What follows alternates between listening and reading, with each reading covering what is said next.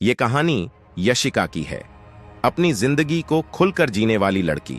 यशिका अपनी जिंदगी को खुलकर जीना चाहती है, मगर अपने गांव आने के बाद वो अपनी जिंदगी को खुलकर जी पाएगी। परिवार के ताने, दुनिया की मुश्किलें, साथ में वो साया जिसे सिर्फ खुद से मतलब है। क्या वो यशिका को अपनी जिंदगी जीने देंगे, या कोई सुपरमैन की तरह उसके जिंदगी में आकर उसे इन सभी परिस्थितियों से बचा लेगा, या फिर यशिका इन सभी के बीच पूरे जिंदगी उलझी रहेगी? क्या होगा जानने के लिए मेरी स्टोरी पढ़ें साया। आज यशिका बहुत ही खुश थी, क्योंकि आज उसे अपने मम्मी पापा से पता चला था कि वो लोग 3 दिन बाद अपने गांव जाने वाले हैं। यशिका ये बात अपने सारे फ्रेंड्स को बता रही है। एक छोटी थी तब वह अपने गांव गई थी। उसे गांव घूमने का बहुत शौक था। आखिरकार वो दिन आ ही गया जिस दिन का यशिका को इंतजार था। आज उनकी बस थी। यशिका, उसके मम्मी पापा और उसकी छोटी बहन उसके गांव जाने के लिए तैयार हो रहे थे। अरे यशिका, कितना मेकअप करेगी, हम किसी पार्टी में नहीं जा रहे हैं, यशिका की मां कायारा बोलती है। तभी उसके पापा विनीत बोलते हैं, अरे जल्दी चलो, हमारी बस निकल जाएगी। पापा, मैं लेडी हूं, दीदी टाइम लगा रही है, उसकी छोटी बहन तानिया बड़े प्यार से बोलती है। तभी उधर से यशिका आते हुए बोलती है, दीदी टाइम नहीं लगा रही है तानिया, देखो दीदी आ गई। तू तो हर बार दीदी को ही फंसाती है। यशिका, छोटी बहन से ऐसे बात करते हैं क्या? यशिका के पापा गुस्से में बोलते हैं, तो क्या इसे सिर पे बैठा लूं पापा? फिर से उसकी छोटी बहन बड़े प्यार से बोलती है, दीदी पापा से एक्शे मत बात करो, पापा भले है ना। आई बड़ा पापा की चमची, चुपचाप मेरी गोद में आजा मेरी प्यारी छोटी बहना। और वो लोग बस स्टॉप के लिए निकल जाते हैं। अब वो थोड़ी देर में गांव पहुंचने वाले थे। तभी तानिया बोलती है, दीदी दीदी देखो, हमारे गांव का नाम लिखा है काशीपुर। काशीपुर नहीं तानिया, काशीपुर। हमारा गांव तो आ गया तानिया। दादू दादी, चाची चाचू, बुआ, सबसे मिलेंगे हम तानिया। भला मजा आएगा ना दीदी? हाँ मेरी क्यूटी, बहुत मजा आएगा। उतरो उतरो, काशीपुर आ गया। यशिका बेटा, तानिया को लेकर बस से उतर जाओ। अब वो सब बस से उतर चुके थे और बस जा चुकी थी। तभी यशिका अपने पापा से पूछती है, पापा हमारा घर कहाँ है? हमारे घर यहां से थोड़ा दूर है बेटा, आपकी दादू की जीप हमें लेने आ ही रही होगी, वेट करो। पापा पापा वो लही दादू की जीप? यशिका पूछती है। पापा, क्या वो हमारे दादू की जीप है? हाँ बेटा, यशिका के पापा कह ही रहे थे कि तभी वह जीप उनके सामने आकर रुक जाती है और उस जीप से एक आदमी निकल के विनीत को बोलता है, नमस्ते छोटे मालिक, कैसन हो? हालचाल तो सब ठीक है ना? बच्चे तो काफी बड़े हो गए हैं। यशिका बिटिया तो बहुत ही बड़ी हो गई, और तानिया बिटिया तो जब पिछली बार आई थी तब गोदी में लेके घूमते रहते थे हम लोग, अब तो बड़ी हो गई है। और छोटी मालकिन, आपको भी नमस्ते। नमस्ते बसंत भैया, आइए आप लोग सब गाड़ी में बैठ जाइए। और वो गाड़ी में बैठकर घर के लिए निकल जाते हैं। यशिका अपने घर के पास पहुंच चुकी थी। वह एक बहुत ही बड़ा हवेली था, आसपास बागीचा। वह बहुत ही सुंदर लग रहा था। उसे अपने घर के बारे में उतना कुछ याद नहीं था, क्योंकि जब वो छोटी थी तभी आई थी। वो गांव पहले भी आ चुकी थी, लेकिन उसे याद नहीं था कि वो गांव आ चुकी, क्योंकि वह बचपन में आई थी। वह देखती है कि घर के सामने ही उसके दादू खड़े थे। वो तो देखने में काफी स्ट्रिक्ट लग रहे थे, मगर अंदर से काफी सॉफ्ट है। ये बात उसे उसके पापा ने बताया था। आगे क्या होगा यशिका के साथ?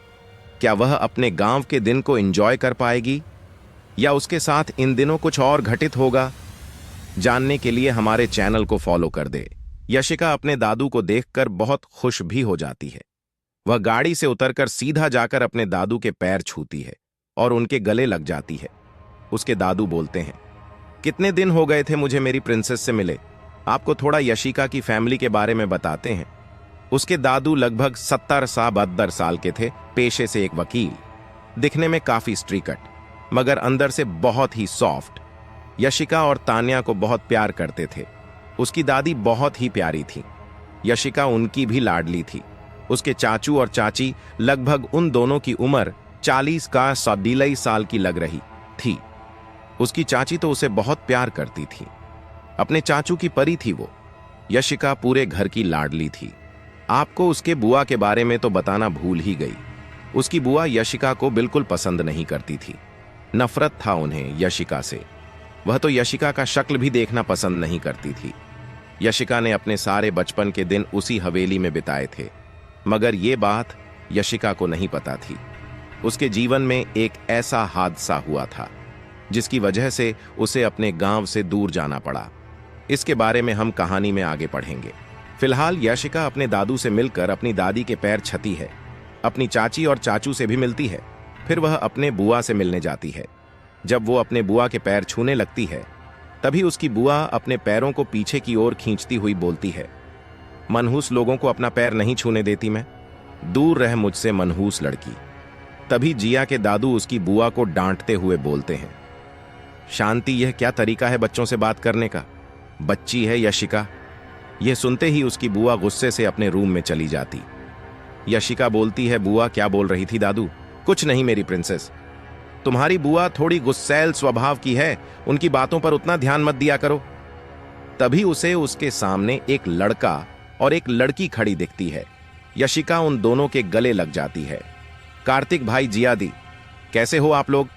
तभी कार्तिक बोलता है, हम कैसे भी हो किट्टू, तुम्हें देखकर अच्छे हो गए, आपको कार्तिक और जिया से मिलवाते हैं, बोलती है।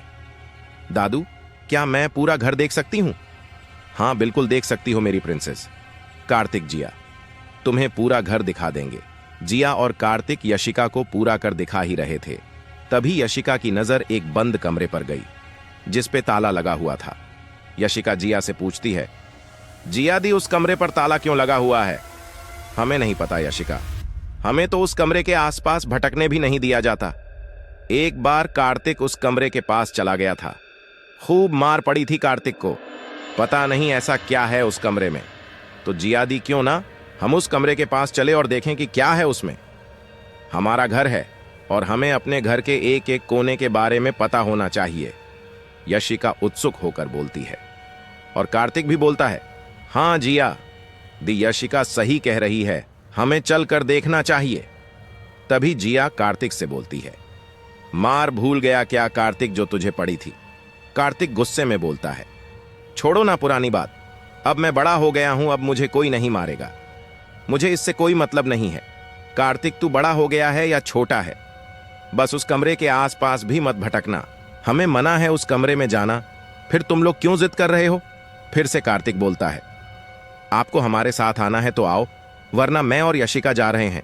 यशिका, दादू से इस कमरे के बारे में पूछ, दादू तुझे जरूर बताएंगे। कार्तिक बोलता है, सही बोल रही है जिया दी, यशिका तू दादू से एक बार बात कर, तुझे जरूर बताएंगे वो। ओहो, तो इतना टेंशन क्यों ले रही है? दादू तुमसे बहुत प्यार करते हैं, वो तुझे नहीं डांटेंगे। ठीक है, मैं दादू से पूछूंगी, लेकिन आप दोनों को भी मेरे साथ चलना होगा, हम तेरे साथ चलेंगे। डील फाइनल हुआ।